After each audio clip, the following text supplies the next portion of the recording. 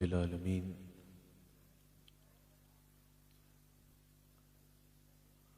والصلاة والسلام على سید الانبیاء والمرسلین اما بعد فقد قال اللہ تبارک و تعالی فی القرآن الکریم اعوذ باللہ من الشیطان الرجیم بسم اللہ الرحمن الرحیم قل هو اللہ احد صدق اللہ العظیم وصدق رسولہ النبی الکریم۔ سچا ہے ہمارا خالق اور سچا ہے ہمارا مالک کہ سوا اس واحد و یکتا کی کوئی عبادت کے لائق نہیں، اور سچے ہیں اس کے پیارے حبیب آپ کے اور میرے آقا و مولا رحمت للعالمین خاتم النبیین حضرت سیدنا و مولانا محمد الرسول اللہ صلی اللہ علیہ وآلہ وسلم کہ جن کے ذکر مبارک کی میلاد شریف کی اس خوبصورت محفل میں اور آپ حاضر ہیں۔ اللہ تعالی ہم سب کا یہاں اکٹھا ہونا، یہاں جمع ہونا اپنی بارگاہ میں قبول فرمائے، اور اللہ تعالی اس محفل ذکر مصطفیٰ صلی اللہ علیہ وآلہ وسلم پہ حاضر ہونے پر ہم سب کو جہاں دنیا و آخرت کی خیر عطا فرمائے، وہاں اپنے رستے پر چلنے کی توفیق بھی عطا فرمائے۔ الحمدللہ آپ سب حضرات اس مجلس میں جمع ہیں۔ مجھ سے پہلے آپ نے بڑے خوبصورت انداز میں میرے امام اہل سنت امام محمد رضا خان بریلوی رحمۃ اللہ تعالی علیہ کے لکھے ہوئے کلام کو سنا، اور الحمدللہ محفل میں ایک عشق مصطفیٰ کی لہر دوڑ پڑی۔ میں نے چند گزارشات اپنی گفتگو میں آپ سے کرنی ہے۔ میلاد مصطفیٰ صلی اللہ علیہ وآلہ وسلم کی محفل ہے، سلسلہ عالیہ صدیقیہ، سلسلہ نقشبند، سلسلہ عالیہ صدیقیہ کے ایک عظیم شیخ میرے شیخ کامل بھی موجود ہیں۔ میلاد مصطفیٰ صلی اللہ علیہ وآلہ وسلم کی محفل ہو یا اہل سنت و جماعت کا کوئی بھی اجتماع ہو، کوئی بھی مجلس ہو، کسی خانقاہ میں ہو، کسی بھی جگہ پر ہو، یاد رکھنا سب سے پہلے جو پیغام دیا جاتا ہے، سب سے پہلے جو درس دیا جاتا ہے وہ عقیدہ توحید کا دیا جاتا ہے کہ ایک انسان کا عقیدہ توحید مضبوط ہو۔ اب عقیدہ توحید کو انسان زبان میں تو بار بار کہے کہ بھئی یہ کرنے کی ضرورت نہیں، توحید بات کرو، یہ ضرورت نہیں، توحید پہ بات کرو، لیکن ان سے پوچھا جائے کہ عقیدہ توحید کہتے کس کو ہے تو ان کو ان تقاضوں کا بھی نہ پتہ ہو۔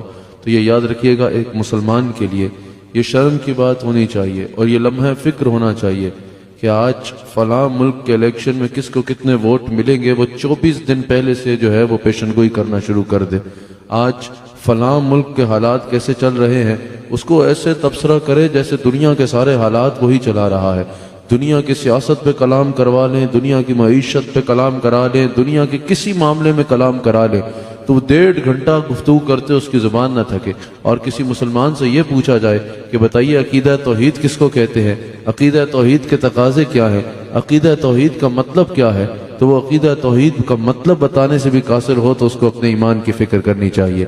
اللہ تعالیٰ نے ہم سے سیاست کے بارے میں سوال نہیں کرنا، قبر میں جا کے ہم نے یہ نہیں بتانا کہ فلاں ملک میں سیاست کیسی چل رہی تھی، یا فلاں ملک کی معیشت کیسی تھی، یا فلاں جو ہے وہ جو ڈرامے چل رہے تھے کہ اس میں فلاں کردار کیا ادا ہو رہا تھا، فلاں ڈرامے کا جو ہے فلاں کردار کیا تھا۔ ہمیں جو اللہ تعالیٰ نے سوال کرنا ہے وہ ہمارے عقائد اور ہمارے اعمال کے متعلق کرنا ہے۔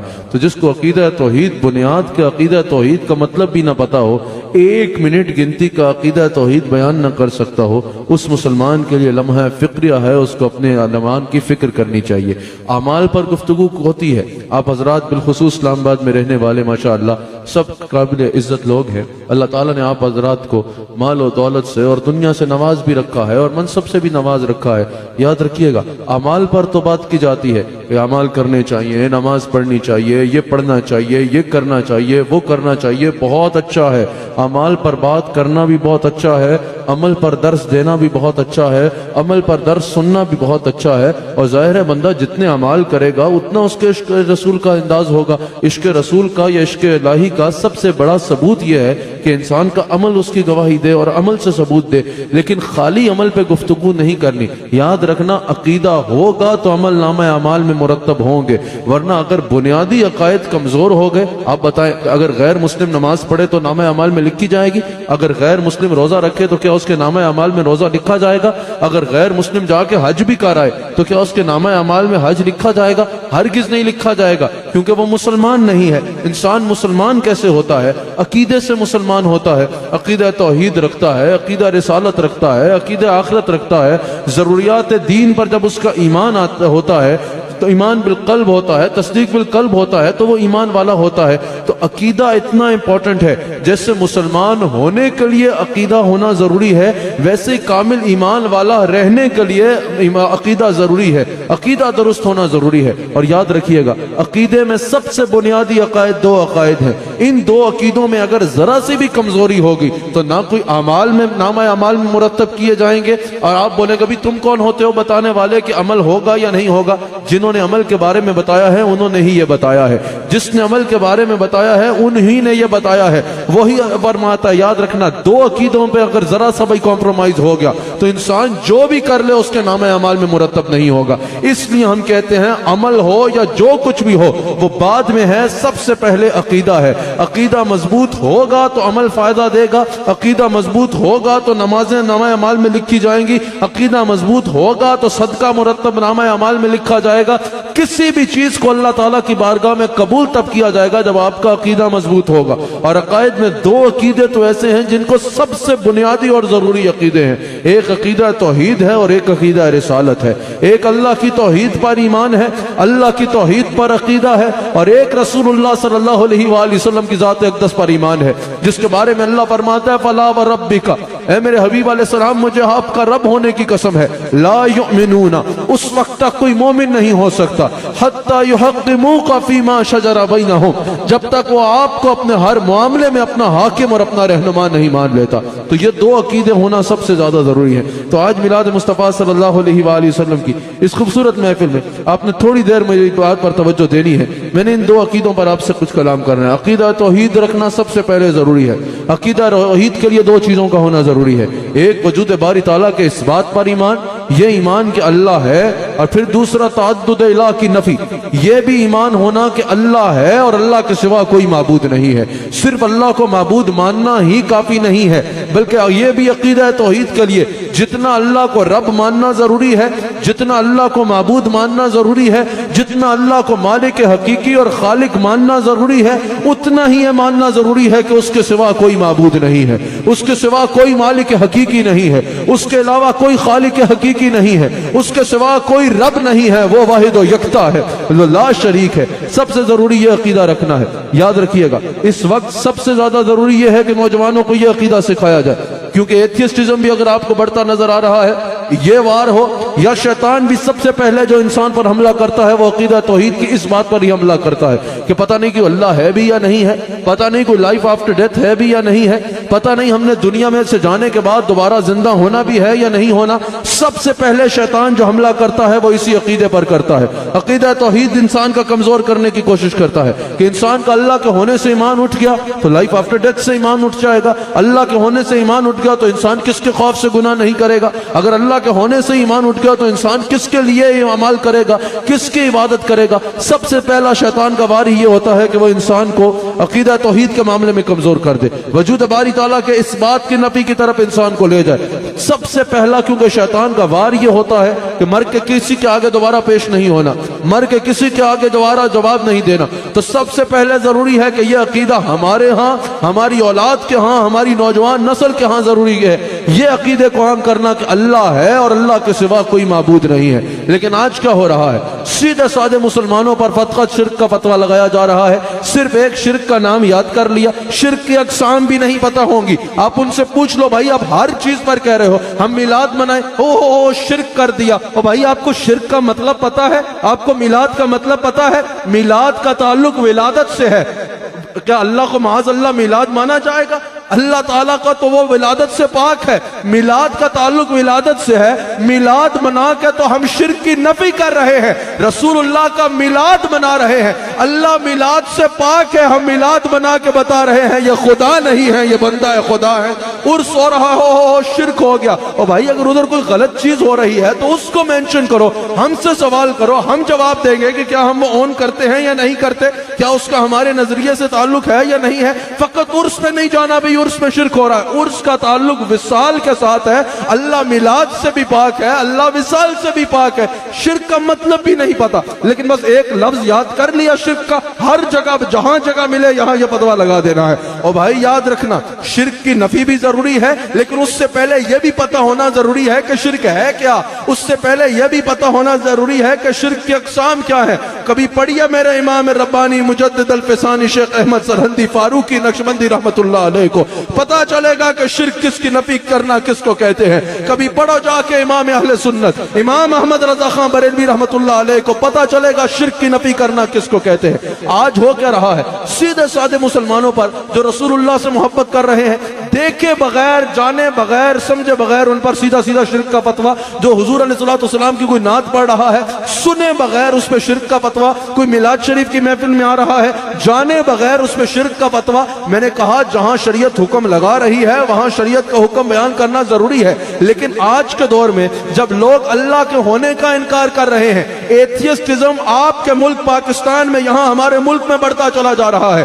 جس شہر میں ہم اسلام آباد میں بیٹھے ہیں یہاں یونیورسٹیز میں ہمیں نظر آ رہا ہے بعض نوجوان ایتھیسٹزم کی طرف تیزی کے ساتھ جا رہے ہیں۔ اس دور میں جب ماڈرنزم بڑھ رہا ہے، ریشنلزم بڑھ رہا ہے، خطرناک ترین چیز لبرلزم بڑھ رہا ہے، ایتھیسٹزم بڑھ رہا ہے، تو کیا یہ سمجھداری کی بات ہے کہ ایک طرف لوگ ایتھیسٹ ہوتے چلے جا رہے ہیں، لوگ لبرل ہوتے چلے جا رہے ہیں، لوگ ریشنلزم کی طرف جا رہے ہیں، اور ہم بیٹھ کے سیدھے سادے مسلمانوں پہ شرک کے فتوے لگاتے جائیں؟ جو مسلمان ہیں ان کو کافر کرتے جائیں، اور جو کفر کی طرف جا رہے ہیں ہمت کرو ان کو مسلمان کرنے کی کوشش کرو۔ اگر آپ میں توحید بیان کرنے کا اتنا ہی شوق ہے تو جائیے نا جو ایتھیسٹ ہیں ان کے سوالوں کا جواب دیجئے۔ سیدھے سادے مسلمانوں کو کافر مشرک کہہ دینا تو بہت آسان ہے۔ کوئی میلاد میں جا رہا ہے توبہ توبہ توبہ شرک کر رہے ہیں۔ کبھی میلاد میں آؤ اور اگر آ گئے ہو تو ہم بیٹھے ہیں، ہم سے سوال کرو، ہم قرآن و حدیث سے بتائیں کہ ہمارا ایک عقیدہ بھی شرک پہ مبنی نہیں ہے، ہمارا ایک ایک عقیدہ قرآن و سنت پہ ہے۔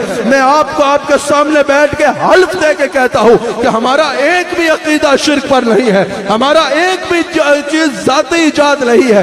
کوئی ہم سے سوال کرے ہم اپنا ہر عقیدہ انشاءاللہ قرآن و سنت سے ثابت کریں گے، لیکن عقیدہ ہمارا ہو بھی تو نہ، ہم پہ الزام لگایا گیا عقیدہ تو نہ ہو کہ ان کا یہ عقیدہ ہے، ہمارا عقیدہ ہم سے پوچھو۔ کبھی آپ نے یونیورسٹی کے دور میں ایسا کیا کہ کیمسٹری کے پیریڈ میں جو ہے وہ جا کے اردو پڑھ رہے ہیں اور اردو کے پیریڈ میں میتھس کی بک لے کے بیٹھے ہیں، اور اسلامیات کے پیریڈ میں ہسٹری کی بک لے کے بیٹھ گئے ہیں، اور جغرافی کے پیریڈ میں جو ہے وہ آپ جو ہے وہ کیمسٹری کی بک لے کے بیٹھ گئے ہیں؟ یہ سمجھداری جب آپ نے یونیورسٹی میں قائم رکھی کہ میتھس کو میتھس والے سے سمجھنا ہے، سائنس کو سائنس والے سے سمجھنا ہے، جغرافی کو جغرافی والے سے سمجھنا ہے، تو یہاں آپ کی سمجھ کا آ گئی کہ کوئی آپ کو خاتون واٹس ایپ کرے یا کوئی بندہ واٹس ایپ کرے، کبھی میلاد منانے والے شرک کرتے ہیں اور آپ ان کی بات مان کے بیٹھ جاؤ۔ آؤ ہم سے پوچھو، ہم اپنا عقیدہ انشاءاللہ قرآن و سنت سے ثابت نہ کر سکے تو بات کرنا انشاءاللہ۔ اللہ اکبر۔ میں کیا کہہ رہا تھا؟ سیدھے سادے مسلمانوں پہ شرک کا فتویٰ لگا دینا بہت آسان ہے۔ اب تو واٹس ایپ کے مفتی ہیں، کسی کو ایک 16 لائنوں کا میسج آیا آگے بڑھا دیا واٹس ایپ کے مفتی اعظم نے، واٹس ایپ پہ مفتی اعظم بنے پھر رہے ہیں، یہ مشرک تو وہ مشرک، تو یہ فارغ تو وہ فارغ، میلاد منانا یہ تو فلاں منانا یہ۔ آپ کو چاہیے بھائی سیدھے سادے مسلمانوں پہ شرک کے فتوے لگانا بہت آسان ہے۔ اگر آپ کو یہاں اس شہر میں رہ کے، اسلام آباد میں رہ کے، اچھے بنگلے میں رہ کے توحید کرنے بیان کرنے کا شوق ہے تو جائیے آپ کے قریب یونیورسٹی میں ایتھیسٹزم بڑھ رہا ہے، ان جا کے ایتھیسٹ کو جواب دیجئے، جائیے جا کے لبرل لوگ جو اسلام کے اوپر اختلاف کر رہے ہیں ان اختلافات کا جواب دیجئے، جائیے جو ریشنلزم بڑھ رہا ہے اس کا جواب دیجئے۔ عقیدہ توحید بیان کا تب پتہ چلے گا جب پھر منکر کے سامنے آ کر بیان کرو گے۔ یہ کام کرنا ہر کسی کے بس کی بات نہیں ہے، یہ کام وہی کرے گا جس نے عشق رسول صلی اللہ علیہ وآلہ وسلم کا چشمہ لگایا ہوگا، یہ کام وہی کرے گا جس کے سینے میں رسول اللہ صلی اللہ علیہ وآلہ وسلم کی محبت بڑی ہوگی۔ یاد رکھیے گا عقیدہ توحید کے لیے سب سے پہلے جہاں اللہ پر ایمان لانا ضروری ہے وہاں تعدد الہ کی نفی کرنا ضروری ہے۔ اللہ تعالیٰ نے قرآن کریم میں جا بجا اس کو بیان فرمایا۔ اب ایک دفعہ ایک ایتھیسٹ جو ہے وہ امام اعظم امام ابو حنیفہ کے دور میں خلیفہ بغداد کے پاس چلا گیا، اس نے کہا بھئی میں اللہ کے ہونے کو نہیں مانتا، میں نہیں مانتا کہ کوئی اللہ ہے، ہمیں اپنی نوجوان نسل کو عقیدہ توحید سکھانا ضروری ہے، خود سیکھیں گے تو ان کو سکھائیں گے، اس لیے خود سیکھنا بھی ضروری ہے۔ کہا میں اللہ کے ہونے کو نہیں مانتا، میں وجود باری تعالیٰ کے ہونے کو نہیں مانتا، ایتھیسٹ تھا۔ خلیفہ نے کہا کہ ٹھہرو، ہمارے قریب میں دریا کے اس پار امام اعظم رہتا ہے، امام ابو حنیفہ کے بارے میں بتایا، نعمان بن ثابت رضی اللہ تعالیٰ عنہ، کہا ان سے بات کرو تمہیں پتہ چل جائے گا۔ اس نے کہا ٹھیک ہے، بڑا نام سنا ہے، آج دیکھ لیتے ہیں۔ حضرت امام اعظم کو پیغام بھیجا، امام ابو حنیفہ کو آتے کچھ دیر ہو گئی، جیسے ہی آئے تو خلیفہ نے کہا کہ امام اعظم آپ کو آتے بڑی تاخیر ہو گئی۔ امام اعظم نے کہا بھی آج بڑا عجیب واقعہ ہوا میرے ساتھ۔ کہا کیا ہوا؟ کہا میں آ رہا تھا تو میں نے دیکھا کہ کشتی نہیں ہے دریا کے کنارے۔ کہا میں بھی یہی سوچ رہا تھا کیا کروں، خود بخود ایک درخت اگ گیا، خود بخود درخت کٹنا شروع ہو گیا، خود بخود اس نے کشتی بن گئی، خود بخود کشتی دریا میں اتر گئی، خود بخود میں کشتی میں بیٹھا اور خود بخود کشتی چلا کے مجھے دریا کے اس پار لے آئے۔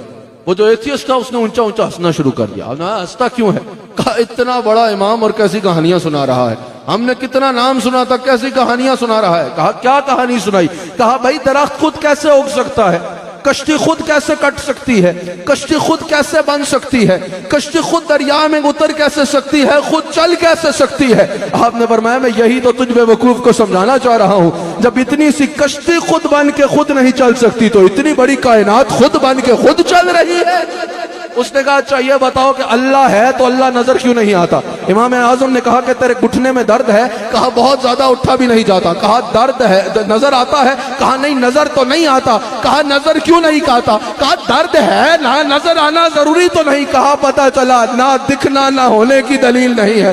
اس نے کہا اچھا یہ بتاؤ اللہ ہے تو اللہ کا منہ کس طرف ہے، اللہ کا رخ کس طرف ہے؟ امام اعظم نے چراغ جلایا، کہا بتا اس کا رخ کس طرف ہے؟ کہا یہ تو روشنی ہے، اس کا رخ تو ہر طرف ہے۔ کہا اللہ نور السماوات والارض، واہ جواب دینے سے قاصر۔ اس نے کہا تھا یہ بتاؤ اللہ ہے تو اللہ سے پہلے کیا تھا؟ اب نے میں 10 سے الٹی گنتی گن، اس نے گنا 9 8 7 4 3 2 1 کا ایک سے پہلے چل۔ کہا ایک سے پہلے تو کچھ بھی نہیں، کہا اللہ سے پہلے بھی کچھ بھی نہیں ہے۔ اللہ اکبر، وہ حقا بقا رہے گا۔ سب سے پہلے ضروری ہے کہ انسان عقیدہ توحید پر یہ عقیدہ رکھے کہ اللہ ہے اور وہی معبود ہے، اس کے سوا کوئی معبود نہیں۔ پھر یہ عقیدہ رکھنا ضروری ہے کہ اس کے سوا کوئی معبود نہیں ہے۔ اللہ قرآن میں خود فرماتا ہے کہ اگر زمین کے 2 خدا ہوتے تو زمین میں فساد ہو جاتا۔ آپ بتائیے کہ کسی ملک کے 2 سربراہ ہو جائیں، 2 وزیر اعظم بن جائیں اور دونوں مختلف پارٹیز کے اور مختلف فکر کے ہوں تو کیا ملک کا نظام چل سکتا ہے؟ دھرم برم ہو جائے گا۔ اگر کسی ادارے کے 2 پرنسپل بنا دیں تو کیا ادارہ چل سکتا ہے؟ ستیہ ناس ہو جائے گا۔ اسی طرح اللہ فرماتا ہے کہ اگر ایک زمین و آسمان کے 2 خدا ہوتے تو نظام دھرم برم ہو جاتا۔ ایک کہتا میں نے اپنے بندے کو رزق دینا ہے، دوسرا کہتا نہیں دینا۔ ایک کہتا میں نے بارش برسانی ہے، دوسرا کہتا نہیں برسانی۔ ایک کہتا میں نے اپنے بندوں کو معاف کرنا ہے، جنت میں بھیجنا ہے، دوسرا کہتا نہیں میں نے نہیں بھیجنا۔ زمین و آسمان میں فساد ہو جاتا۔ اچھا ایک دفعہ آپ کو صوفیاء کی دی گئی ایک مثال سے سمجھاتا ہوں۔ وہ ایک بزرگ کہیں سے گزر رہے تھے تو ایک عورت اپنا چرخہ چلا رہی تھی۔ کہا کہ بتاؤ تمہارا اللہ پہ ہونے پہ ایمان ہے؟ کہا بالکل۔ کہا دلیل؟ کہا میرا چرخہ۔ کہا کیسی بات کرتے ہو، تمہارا چرخہ اللہ کے ہونے کی دلیل؟ کہا ٹھہرو بتاؤ یہ میں چرخہ چلا رہی ہوں تو روئی بن رہی ہے؟ کہا بالکل بن رہی ہے۔ رک گئی۔ کہا اب بن رہی ہے؟ کہا نہیں بن رہی۔ کہا کیوں نہیں بن رہی؟ کہا کیونکہ تو چلا نہیں رہی۔ کہا جب اتنا سا چرخہ چلانے والے کے بغیر نہیں چلتا تو یہ کائنات چلانے والے کے بغیر کیسے چلے گا؟ اس نے کہا اچھا یہ بتاؤ کہ کتنے اللہ ہیں؟ اس نے کہا ایک۔ کہا دلیل؟ کہا چرخہ۔ جہاں بہت سی دلیل ہے وہاں چرخہ بھی دلیل ہے۔ کہا مجھے تو چرخے سے بھی اس کی وحدانیت کا پتہ ملتا ہے اور سمجھ آتی ہے، دلائل قرآن اور حدیث سے تو بے شمار ہے۔ کہا مجھے تو اس سے بھی سمجھا سکتی ہوں کہ وہ واحد ہے۔ کہا کیسے؟ کہا کہ یہ دیکھو میں دونوں طرف سے چلا رہی ہوں، روح زبردست بن رہی ہے. بتاؤ اگر ایک طرف سے چرخہ میں پکڑوں اور دوسری طرف سے کوئی اور پکڑ لے, میں آگے کو چلاؤں وہ پیچھے کو چلانا شروع کر دے, چرخے نے ٹوٹ جانا ہے. میں تیز چلاؤں وہ آہستہ چلائے, چرخے کا ستیہ ناس ہو جانا ہے. میں چلاؤں اور وہ رک جائے, چرخے نے چکنا چور ہو جانا ہے. کہا جب اتنا سا چرخہ دو کے چلانے سے ٹوٹ سکتا ہے تو اتنی بڑی کائنات دو کیسے چلائیں گے؟ کہا یہ نظام کی وحدت ناظم کے ایک ہونے کی دلیل ہے. یہ نظام کی جو وحدت ہے یہ ناظم کے ایک ہونے کی دلیل ہے کہ ایک خدا ہے اور ایک کے سوا کوئی نہیں ہے. ہمارا یہ سب سے بنیادی عقیدہ ہے کہ اللہ کے سوا کوئی معبود نہیں ہے.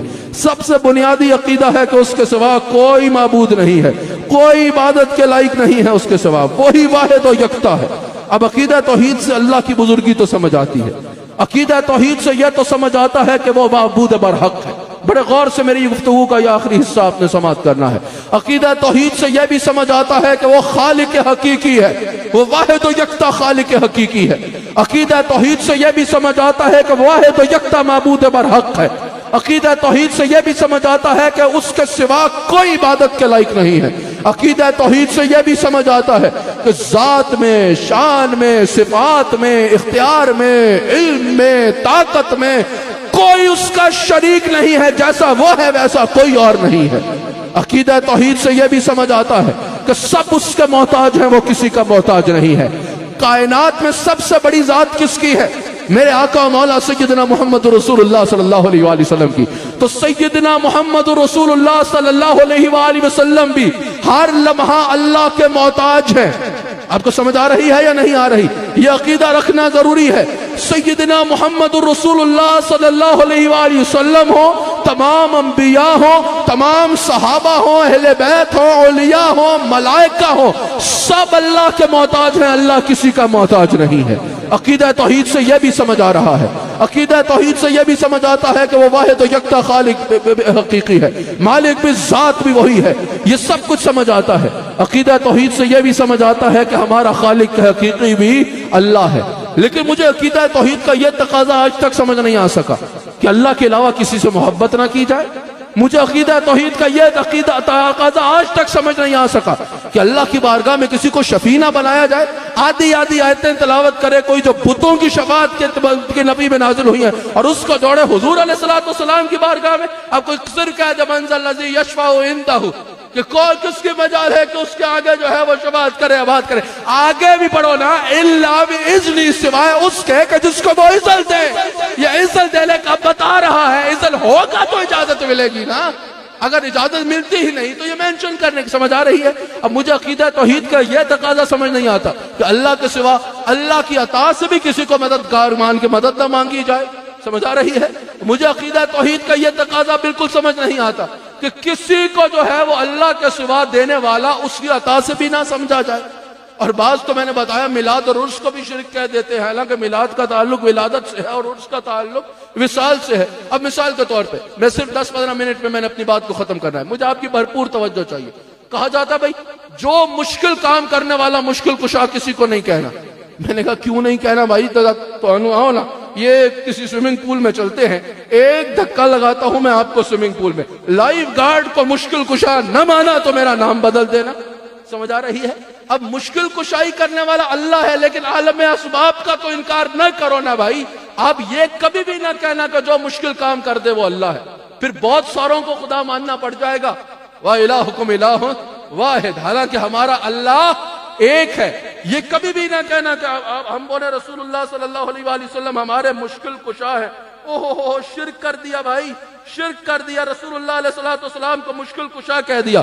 تو میرے بھائی ہم من دون اللہ مشکل کشا نہیں مانتے, اللہ کی مدد کے بغیر مشکل کشا نہیں مانتے, باذن اللہ اللہ کے دیے گئے اذن سے مشکل کشا مانتے ہیں. سمجھ آ رہی ہے؟ من دون اللہ باذن اللہ میں بڑا فرق ہے. میں آپ کو قرآن سے ثابت کرتا ہوں. اگر ذرا سے کوئی رسول اللہ علیہ السلام کے اختیار کو بیان کر دے, ابھی شرک کر دیا, مشرک ہو گئے. تو بھائی کبھی عقیدہ توحید پہلے سیکھ لو. یہ نہ کہو کہ جو مشکل کشا ہے وہ اللہ ہے. بہت ساروں کو مشکل کشا ماننا پڑ جائے گا. اس میں کوئی شک نہیں کہ اللہ ذاتی اختیار سے مشکل کشا ہے. رسول اللہ علیہ السلام اللہ کے عطا کردہ اختیار سے مشکل کشا ہے, اس میں کوئی شک نہیں. لیکن یہ نہ کہہ دینا کہ جو مشکل کام کر دے وہ خدا ہے. مجھے بتاؤ, جو عطا کر دے وہ خدا ہے, جو کسی کو عطا کرنے والا ہو وہ خدا ہے، اس لیے اللہ کے علاوہ کسی سے نہ مانگنا۔ اب اللہ قرآن میں فرماتا ہے ان اغناہم اللہ ورسولہ من فضلہ، ان کو دولت مند کیا۔ امام احمد رضا ترجمہ کر رہے ہیں اللہ نے اور اس کے رسول نے اپنے فضل سے، یہ قرآن ان اغناہم اللہ، ان کو دولت مند کیا اللہ نے، ورسولہ، اور اس کے رسول نے، من فضلہ، اپنے فضل سے۔ اب یہ قرآن ہے، یہ ہماری کسی بڑے حضرت کا کلام نہیں ہے، یہ اللہ کا کلام ہے۔ اب اللہ فرما رہے ہیں ان کو دولت مند کیا اللہ نے اور رسول نے اپنے فضل سے۔ یہاں امام اہل سنت امام احمد رضا بریلوی فرما رہے ہیں کہ کہاں ہیں وہ لوگ جو کہتے ہیں رسول اللہ علیہ الصلوۃ والسلام کچھ دیتے نہیں؟ اللہ جیسے خود کو دینے والا کہہ رہا ہے، اپنی عطا سے رسول اللہ صلی اللہ علیہ وآلہ وسلم کو بھی قرآن کی اس آیت میں عطا کرنے والا ارشاد فرما رہا ہے۔ تو کہا ہمارا یہ عقیدہ قرآن کی اس آیت سے بھی ثابت ہو رہا ہے کہ اللہ ذاتی اختیار سے دینے والا ہے، اور حضور علیہ الصلوۃ والسلام اللہ کی عطا سے تقسیم فرمانے والے ہیں۔ حضور علیہ الصلوۃ والسلام کو اللہ تعالیٰ نے یہ اختیار عطا فرمایا ہے کہ وہ تقسیم فرماتے ہیں۔ یہ مت کہنا کہ بھئی جو مشکل کام کرتے وہ خدا ہے، جس نے مشکل کام کر دیا اور مشکل کو دور کر دیا وہ خدا ہے۔ مجھے آپ بتائیے اندھوں کو بینائی کون دیتا ہے؟ اللہ۔ اتنا تو پتا ہے نا یار، بتاؤ زندگی اور موت کون دیتا ہے؟ آپ بتائیے بیماروں کو شفا کون دیتا ہے؟ لیکن قرآن کہہ رہا ہے، اور حضرت ابراہیم علیہ السلام اللہ کی شان کو بیان فرماتے ہوئے کہہ رہے ہیں یحیی و یمیت، وہ زندگی اور موت دیتا ہے۔ لیکن قرآن کہتا ہے کہ حضرت عیسیٰ علیہ السلام نے کہا میں مردوں کو شفا دیتا ہوں۔ حضرت عیسیٰ علیہ السلام نے کہا میں جو ہے بیماروں کو شفا دیتا ہوں، میں اندھوں کو بینائی دیتا ہوں، اور میں مردوں کو زندہ کرتا ہوں۔ اب بتائیے زندگی موت دینے والا کون ہے؟ تو کیا قرآن یہ شرک کی تعلیم دے رہا ہے؟ معاذ اللہ، معاذ اللہ، استغفر اللہ، کیا یہاں شرک کی تعلیم دی جا رہی ہے کہ عیسیٰ علیہ السلام کہہ رہے ہیں میں مردے زندہ کرتا ہوں؟ مردے زندہ کرنا کس کا کام ہے؟ اب بتائیے آپ کیا کہیں گے یہاں پر؟ اس کی کیا بات ہوگی، کیا جواب دیں گے آپ؟ مردے زندہ کرنا تو اللہ کا کام ہے، عیسیٰ علیہ السلام کہہ رہے ہیں میں زندہ کرتا ہوں مردے، اور یہ قرآن میں بیان ہے، فیری ٹیل نہیں ہے۔ آپ یہاں پر کیا بات کریں گے؟ یہاں جواب یہی ہوگا نا کہ آگے وہ کہہ رہے ہیں میں مریضوں کو شفا دیتا ہوں، میں اندھوں کو بینائی دیتا ہوں، میں مردوں کو زندہ کرتا ہوں بِإِذْنِ اللَّهِ، اللہ کی مدد سے، اللہ کے حکم سے، اللہ کے دیے گئے اختیار سے۔ تو بھائی جان اب قرآن کو سمجھو اور عقیدہ واضح کر دو۔ اگر کسی کو بِإِذْنِ اللَّهِ مدد کرنے والا مانگا جائے، اللہ کے اذن سے مدد کرنے والا مانا جائے، مثال کے طور پہ وہ انبیاء میں سے ہوں، صحابہ میں سے ہوں، اہل بیت میں سے ہوں، اپنے اپنے درجے پر اولیاء میں سے ہوں، اگر کسی کو بِإِذْنِ اللَّهِ مدد کرنے والا مانگا جائے تو وہ شرک نہیں ہوگا، کیونکہ اس کو اللہ کی مدد سے مانا جا رہا ہوگا۔ شرک تب ہوگا جب من دون اللہ کہا جائے کہ یہ اللہ کی مدد اور اجازت کے بغیر مدد کر سکتے ہیں۔ آپ کو ایک حدیث اس پر سنا دو بخاری کی۔ حضور فرماتے ہیں اللہ نے زمین کے تمام خزانوں کی چابیاں مجھے دی ہیں۔ پھر میں آپ کو بتا رہا ہوں، میں آپ کو فیری ٹیلز نہیں سنا رہا، میں آپ کو فقط شعر و شاعری نہیں سنا رہا، میں آپ کو بخاری کی حدیث سنا رہا ہوں۔ حضور نے فرمایا اللہ نے مجھے زمین کے تمام خزانوں کی چابیاں دی ہیں۔ اب یہاں پر امام احمد رضا اس کی تشریح بیان کرتے ہوئے کہتے ہیں کہا حضور نے یہ نہیں فرمایا کہ نعمت کی چابی، رزق کی چابی، اولاد کی چابی، جنت کی چابی۔ حضور نے فرمایا اللہ نے مجھے تمام خزانوں کی چابیاں دی ہیں۔ اس سے پتا چلا کہ جب ہم حضور علیہ الصلوۃ والسلام سے کہتے ہیں یا رسول اللہ ہماری مدد کر لیں، ایک تو یہ یاد رکھیے گا ہم حضور سے دعا نہیں مانگتے، ہم دعا صرف اللہ سے مانگتے ہیں، دعا صرف اللہ سے مانگتے ہیں، ہم حضور سے دعا نہیں کرتے، کیونکہ دعا عبادت ہے اور عبادت صرف اللہ کی جاتی ہے۔ ہم حضور سے دعا نہیں مانگتے۔ کبھی بھی یہ نہ کہنا ہم رسول اللہ علیہ الصلوۃ والسلام سے دعا مانگتے ہیں، اگر اس معنی میں کی جو عبادت ہے تو یہ جائز نہیں ہے کہنا۔ ہم حضور علیہ الصلوۃ والسلام سے استغاثہ کرتے ہیں، ہم حضور علیہ الصلوۃ والسلام سے فریاد کرتے ہیں۔ ہم جب کہتے ہیں یا رسول اللہ ہماری مشکل کشائی فرمائیں تو ہمارا دعا نہیں کر رہے ہوتے، وہ ہم رسول اللہ علیہ الصلوۃ والسلام سے استغاثہ، ہاں کسی نے بمانا ندا دعا لفظ دعا اس سے کہہ دیا، لیکن ہمارا جو ہے وہ جو عقیدہ ہوتا ہے وہ یہ ہوتا ہے کہ رسول اللہ علیہ الصلوۃ والسلام سے فریاد کرم کر رہے ہیں، استغاثہ کر رہے ہیں۔ تو پتہ چلا کہ من دون اللہ، اللہ کی مدد کے بغیر ہم کسی کو مشکل کشا نہیں مانتے، ہم اللہ کی مدد کے ساتھ۔ اب حضرت عیسیٰ علیہ الصلوۃ والسلام کو اگر کوئی مشکل کشا مان رہا ہے باذن اللہ، لیکن اپنے نبی کو مشکل کشا نہیں مان رہا باذن اللہ، تو پھر اب میں اس کو کیا کہوں، اب میں اس سے کیا جھگڑوں؟ وہ کہے ہاں عیسیٰ علیہ السلام تو مشکل کشا تھے لیکن ہمارے نبی نہیں ہے، تو بھائی پھر آپ نے ہمارے نبی کو کبھی خواہش سے دیکھا ہی نہیں ہے، آپ نے کبھی اپنے نبی سے محبت کا جام پیا ہی نہیں ہے۔ فرق یہ ہے تینوں ہلے پیار ہی نہیں ہویا، تو ہلے دل ہی نہیں دیتا، تو ہلے سونے نو ویکھیا ہی نہیں ہے، تم نے عشق کیا ہی نہیں ہے، بس تم نے دنیا دنیا دنیا دنیا اور غرق کے دنیا ہوئے بیٹھے ہو۔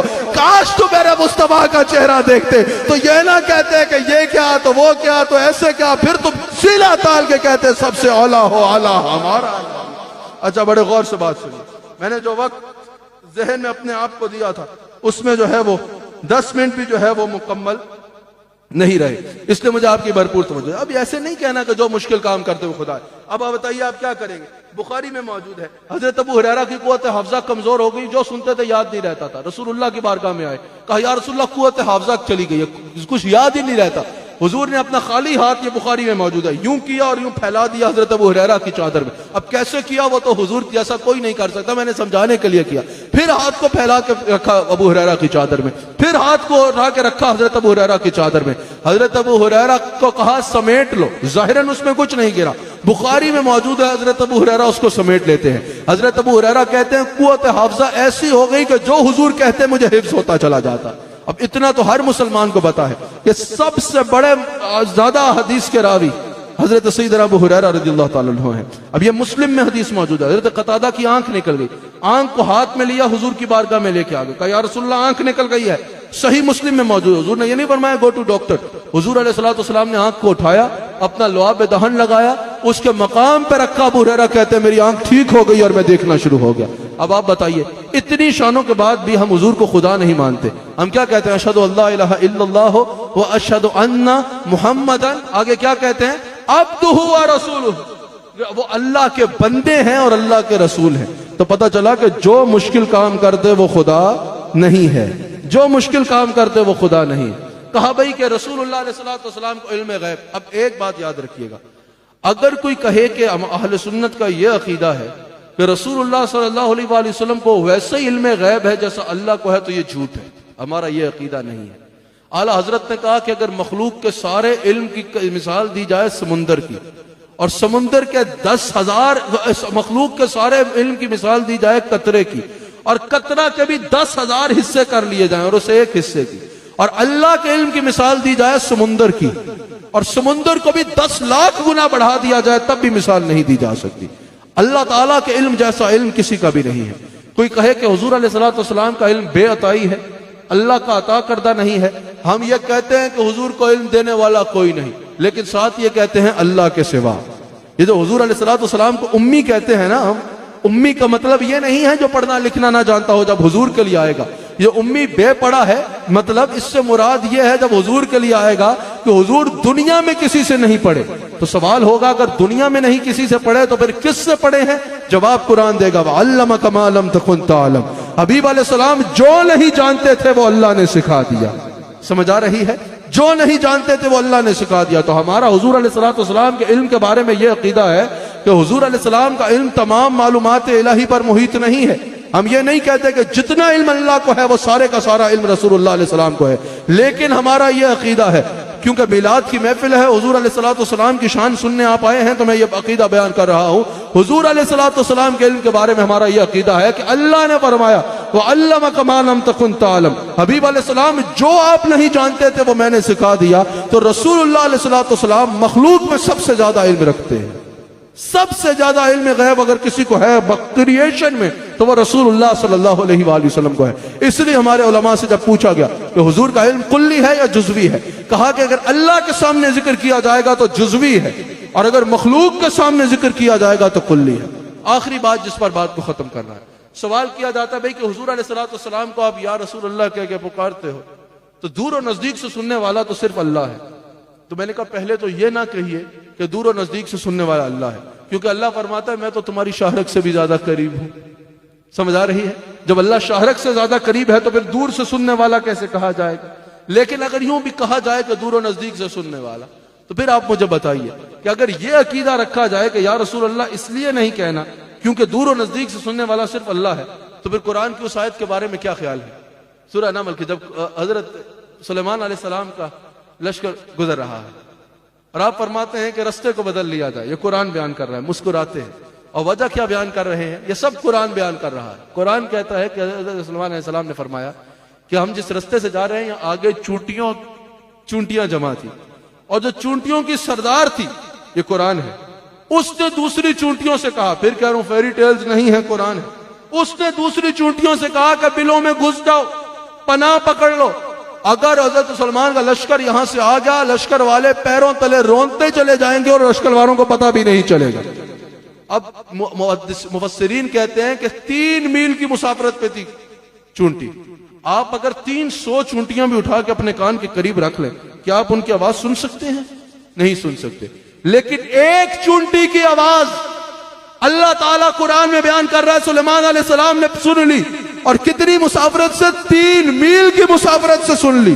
اب آپ بتائیے, اگر سلیمان علیہ السلام کی یہ شان ہے کہ 3 میل دور کی مسافرت سے اللہ کی دی گئی سماعت سے چونٹی کی آواز سن سکتے ہیں, تو خاتم النبیین, امام الانبیاء, افضل الخلق, افضل الانبیاء سیدنا محمد رسول اللہ کی سماعت اتنی نہیں ہوگی کہ مدینہ شریف سے ہماری صدا سن لیں؟ اب آپ فرمائیے, یا کہنا کیوں شرک ہے؟ کہ بھی حرف ندا ہے.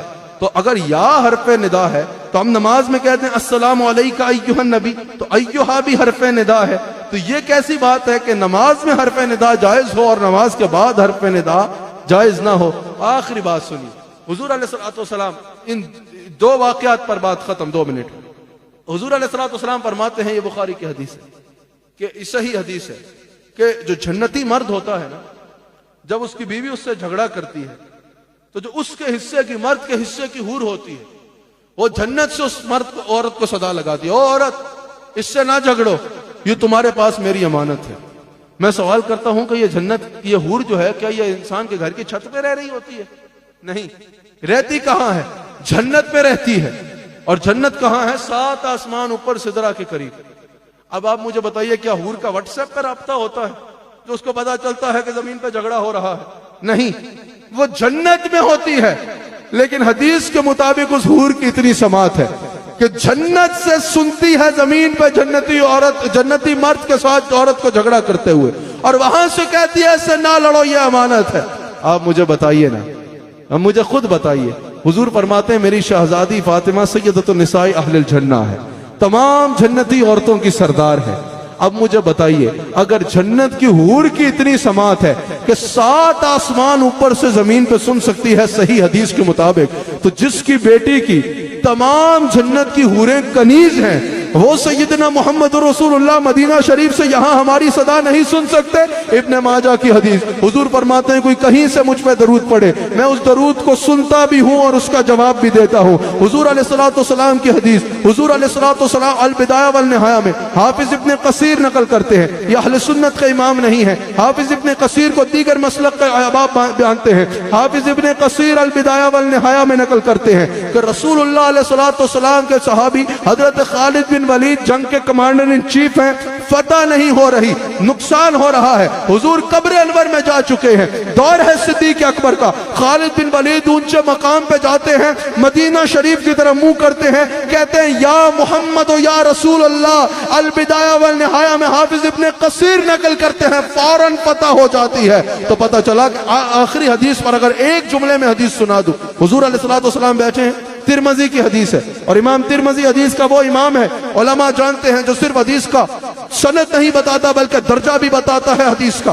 اور تمام مسالک میں ترمذی پڑھائی جاتی ہے. سیاستہ میں ترمذی کی حدیث ہے, اللہ اکبر. اور امام ترمذی کہتے ہیں ھذا حدیث حسن صحیح, یہ صحت کے حوالے سے, اتھینٹک ہونے کے حوالے سے سب سے اعلیٰ درجے کی اتھینٹک حدیث ہے. اور حدیث کیا ہے؟ ایک صحابی حضور کی بارگاہ میں ہے, عثمان بن حنیف راوی ہے, یا رسول اللہ میں اندھا ہوں, مجھے نظر نہیں آتا. حضور نے فرمایا گھر جا کے نفل پڑھ کے میرے وسیلے سے اللہ سے دعا کرو. اور پھر یہ ترمذی کی حدیث کے الفاظ ہیں, حضور فرما رہے ہیں گھر جا کے مجھے مخاطب کر کے کہو یا رسول اللہ میں نے آپ کا وسیلہ پیش کر کے دعا کر دی ہے, اب آپ اللہ کے حضور میری سفارش کر دیں. اب میں آپ سے پوچھتا ہوں, یہ ترمذی کی حدیث ہے, میں گھر سے بنا کے نہیں لایا. اور امام ترمذی کہہ رہے ہیں ھذا حدیث حسن صحیح, کہ حضور سامنے بیٹھے صحابی کو کہہ رہے ہیں گھر جا کے کہو یا رسول اللہ میری سفارش کرے. میں سوال کرتا ہوں سامنے بیٹھا ہے تو سامنے کہہ دینا.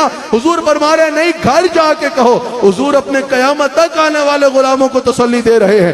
جیسا میں مدینہ آنے والے کی سنتا ہوں ویسے ہی میں کہیں سے کوئی پکارے اللہ کی مدد سے اللہ کی عطا کردہ سماعت سے سن لیا کرتا ہوں. اللہ تعالی ہم سب کو عقیدے میں مضبوط رکھے. رسول اللہ علیہ السلام کی محبت عطا فرمائے. دوران گفتگو اگر مجھ سے کوئی غلطی ہو گئی تو میں اللہ کی بارگاہ میں توبہ کرتا ہوں. یہ عنوان بڑا وسیع ہے. وہ کسی نے کہا نا کہ تمام عمر لکھا پر مدح باقی ہے. ورق تمام ہوئے پر مدح باقی ہے. وقت ختم ہوا پر مدح باقی ہے.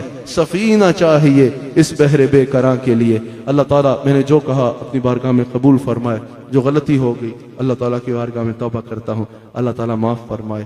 اللہ تعالیٰ آپ سب کا یہاں آنا اور رسول اللہ صلی اللہ علیہ وآلہ وسلم کے ذکر میں وقت گزارنا آپ کے لیے ہر برکت کے نزول کا باعث بنائے. میرے شیخ کامل کا حکم ہے کہ چند اشعار پڑھ لیے جائیں تو آپ حضرات اور جو موجود ہیں آپ سب حضرات ادب کے ساتھ اور احترام کے ساتھ شریک ہو جائیے.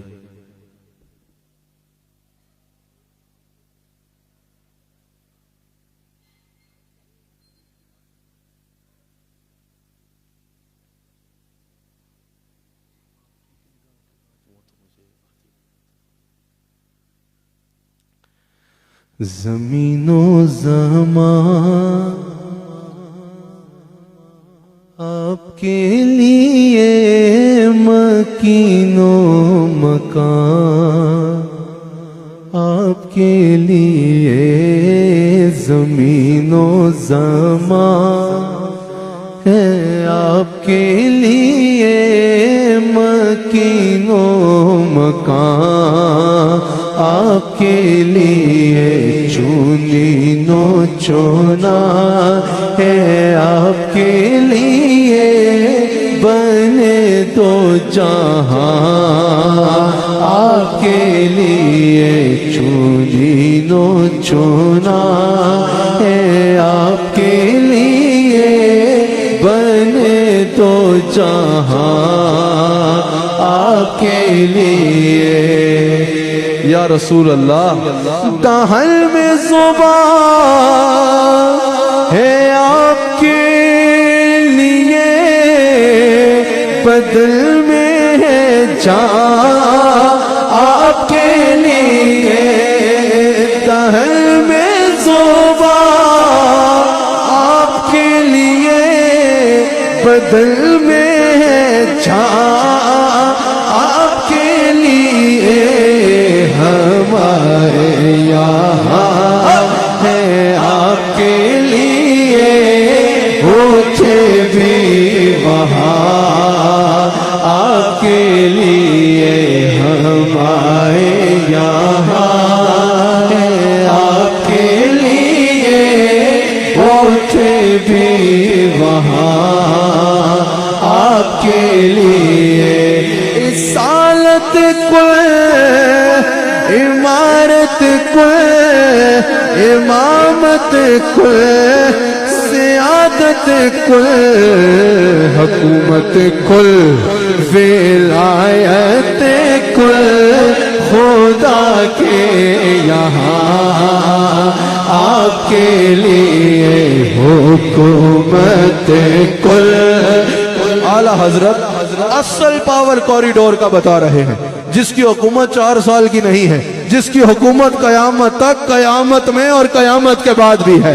رسالت کل عمارت کل امامت کل عمارت کل حکومت کل ولایت کل خدا کے یہاں آپ کے لیے حکومت کل ولایت کل خدا کے گرگی میں اجالا ہمارا نبی روشنی کا حوالہ ہمارا نبی غیب داں کملی والا ہو آلہ ہمارا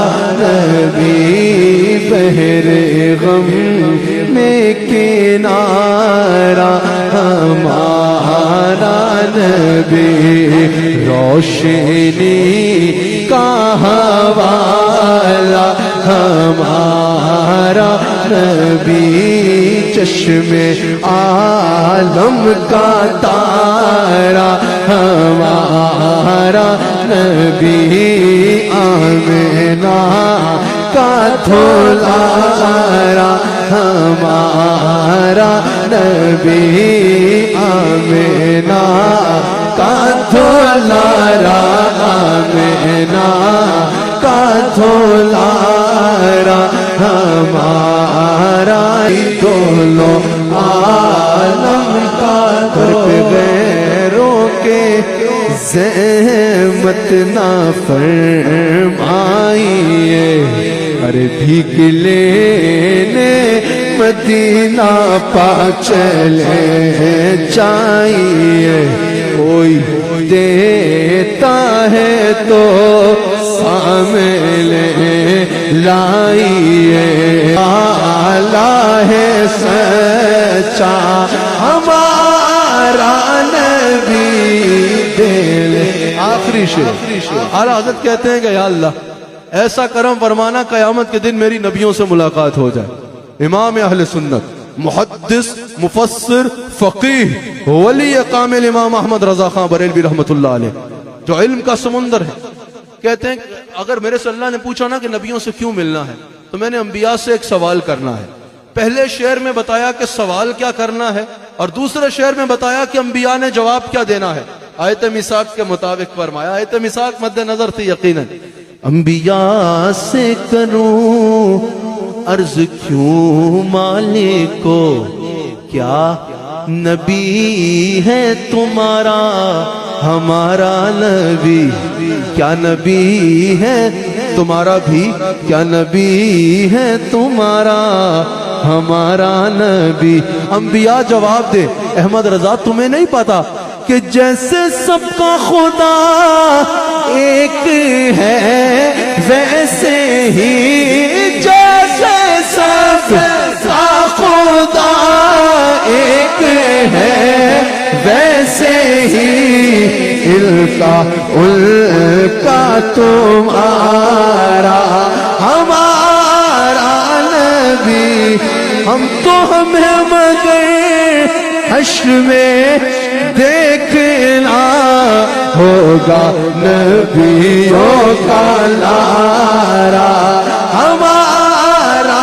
نبی غمزدوں کو رضا مجدہ دیجئے کہ ہے بے کسوں کا سہارا ہمارا نبی شہباز ظہیر بیٹھے ہیں میرے بھائی ہیں ان کی آنکھیں مجھے ہمیشہ فرمائش کر دیتی ہیں ایک کلام کی ان کے اس پر اور یقیناً ہماری بھی عقیدتوں کا مرکز ہے پڑا ہوں در پہ تیرے مثل کا حیا زہرا سیدہ فاطمہ سلام علیہا کی بارگاہ میں سب حضرات فریاد کرتے ہوئے پڑا ہوں در پہ تیرے پڑا ہوں در پہ تیرے مثل کا یا زہرا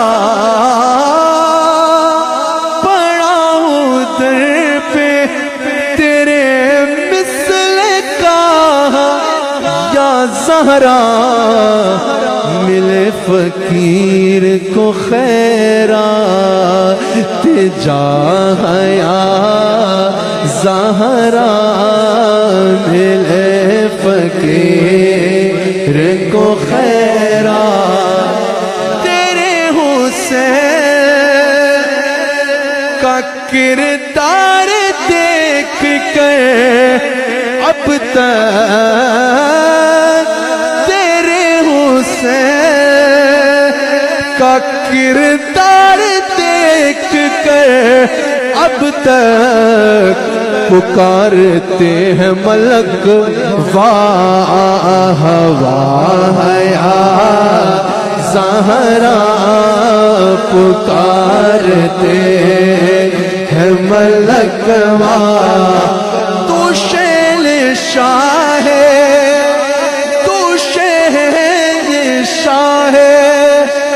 مدینہ کی ایک شہزادی، اور میں ایک فقیر تیری گرد راہ یا زہرا، نہ بھیج آج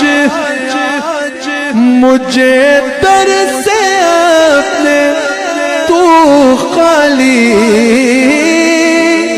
نہ بھیج آج مجھے در سے اپنے تو خالی، کہ تیرے بابا ہے شاہوں کے شاہ یا زہرا، کہ تیرے بابا ہے شاہوں کے شاہ یا زہرا، کہ تیرے بابا ہے شاہوں کے شاہ یا زہرا، کہ تیرے بابا ہے شاہوں کے شاہ یا زہرا، کہ تیرے بابا ہے شاہوں کے شاہ یا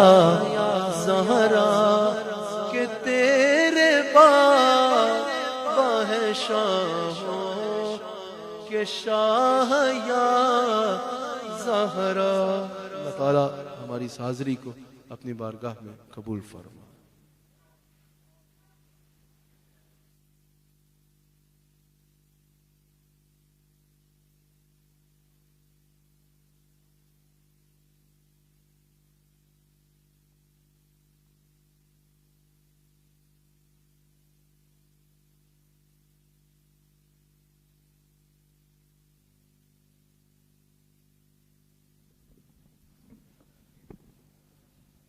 الحمدللہ اللہ کے کرم، اس کے فضل سے خوبصورت محفل ہو چکی۔ ان محفل میں ہم سکون کی تلاش میں آتے ہیں، اطمینان قلب پاتے ہیں، اور اللہ تعالیٰ نے بڑے واضح طور پہ قرآن کریم میں فرما رکھا ہے کہ اگر تم اطمینان قلب چاہتے ہو، سکون ہونا چاہتے ہو، ڈپریشن اور فرسٹریشن سے نکلنا چاہتے ہو، تو وہ دنیا میں، کیونکہ دنیا کا قاعدہ ہے کہ دنیا میں کسی بھی جگہ کچھ بھی مانگ کے اللہ سے اور وہ کرم فرما دے تو آپ کو پھر یہ نہیں ہوتا کہ آپ سیٹسفائی ہو جاتے ہیں، بلکہ ایک اور خواہش، اس کے بعد ایک اور خواہش۔ اس نے فرمایا کہ اگر تم اطمینان قلب چاہتے ہو، جو ہمارا کریٹر ہے، جس سے بہتر اس مشینری سے کوئی اور واقف نہیں ہے، اس نے فرمایا کہ وہ صرف اور صرف میرے ذکر میں ہے، مجھے یاد کرنے میں ہے۔ میں اکثر ایک ایسی جگہ بیٹھا ہوں کہ جدھر ڈھیروں مخلوق آتی ہے، ہر قسم کے لوگ آتے ہیں، امیر بھی آتے ہیں، غریب بھی آتے ہیں، ریڑھی والا بھی آتا ہے، میل والا بھی آتا ہے، بہت ساری دولت سے بھی انہیں اطمینان قلب نہیں ملتا، اور ہینڈ ٹو ماؤتھ بھی، بلکہ بہت ساری جگہ پہ میں نے یہ بھی دیکھا کہ وہ زیادہ سیٹسفائی ہوتا ہے، رات کو اسے نیند بھی آ جاتی ہے، کھانا بھی کھا لیتا ہے، لیکن اسے وہ بھی ہر بندہ اس چیز کا متلاسی ہوتا ہے کہ کچھ اور مل جائے، یہ مل جائے، وہ مل جائے، لیکن ہمارے رب نے ہمیں فرمایا کہ اگر تم واقعی اطمینان قلب چاہتے ہو تو وہ صرف اور صرف میری یاد میں ہے، میرے ذکر میں ہے۔ ایک منٹ کے لیے آپ سب سے ریکویسٹ ہے کہ اگر آپ اپنی آنکھیں بند کر لیں اور اسے آزمائیں بھی۔ ابھی قبلہ صاحب یہ بڑا خوبصورت ذکر فرمایا کہ اس وقت جو چیلنجز ہیں ہم انہیں نہیں دیکھ رہے، ہم ایسی چیزوں میں پھنسے ہوئے ہیں، کسی کا تو ہم نے ساتھ دینا ہی نہیں ہے، مجھے میرا ساتھ دینا ہے، آپ نے اپنا ساتھ دینا ہے۔ ہر ایک کو قبر میں جا کر صرف اور صرف یہ پوچھا جائے گا کہ آپ نے کیا کیا ہے۔ ہم اپنا بیشتر وقت اس سے ہٹ کر اس چکر میں گزار دیتے ہیں کہ جس کا ہمیں سوال کیا ہی نہیں جائے گا، جیسے انہوں نے فرمایا بھی۔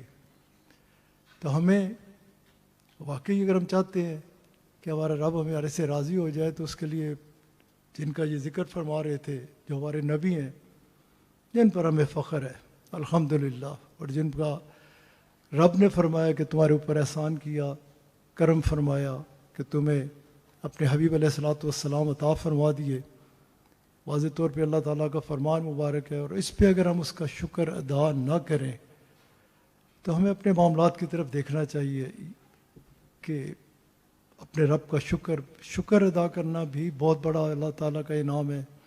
اور اللہ کی رضا حاصل کرنے کے لیے اگر آپ واقعی اس سے قریب ہونا چاہتے ہیں تو رسول اللہ صلی اللہ علیہ وآلہ وسلم آپ کے آگے جب یہ عرض کی گئی کہ سب سے شارٹ کٹ، سب سے جلدی میں اپنے رب کو کیسے راضی کر سکتا ہوں، تو اس کے لیے آپ علیہ الصلوۃ والسلام نے فرمایا کہ وہ اللہ کی مخلوق ہے۔